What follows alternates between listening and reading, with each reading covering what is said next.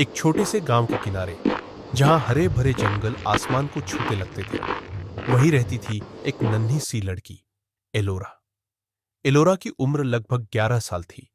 सुनहरे बाल, बड़ी मासूम आंखें और चेहरे पर हमेशा हल्की सी मुस्कान।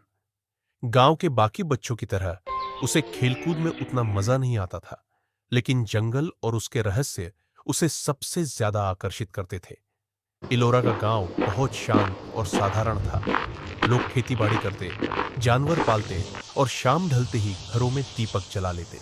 लेकिन इलोरा को लगता था कि इस गांव से बाहर की दुनिया में कुछ ऐसा छिपा है जो उसे पुकार रहा है।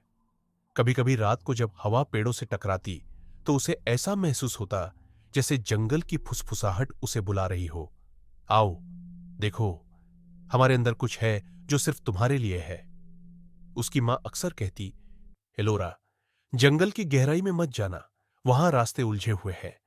कोई नहीं जानता कि कौन सा मोड़ कहां ले जाएगा। लेकिन इलोरा का दिल हमेशा इन चेतावनियों को सुनकर और बेचैन हो जाता। हर सुबह जब सूरज की किरणें पेड़ों की शाखों से छनकर नीचे आती, इलोरा खिड़की पर खड़ी होकर उन्हें घंटों देखती।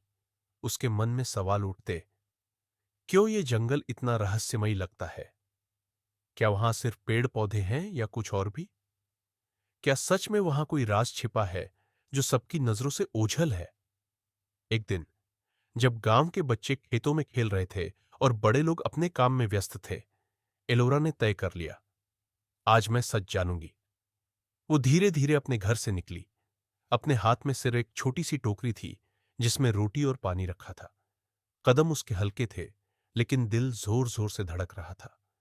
जैसे जैसे वो जंगल की ओर बढ़ती गई, हवा ठंडी होने लगी, पत्तों की सरसराहट बढ़ने लगी और पेड़ों की ऊंचाई और भी विशाल लगने लगी। एलोरा को लग रहा था कि वो किसी और ही दुनिया में कदम रख रही है। और तभी उसे रास्ते पर चमकती हुई एक हल्की रोशनी दिखाई दी। वो रोशनी पेड़ों के बीच नाचती हुई आगे बढ़ रही थी, जैसे किसी ने उसे खास इलोरा के लिए भेजा हो।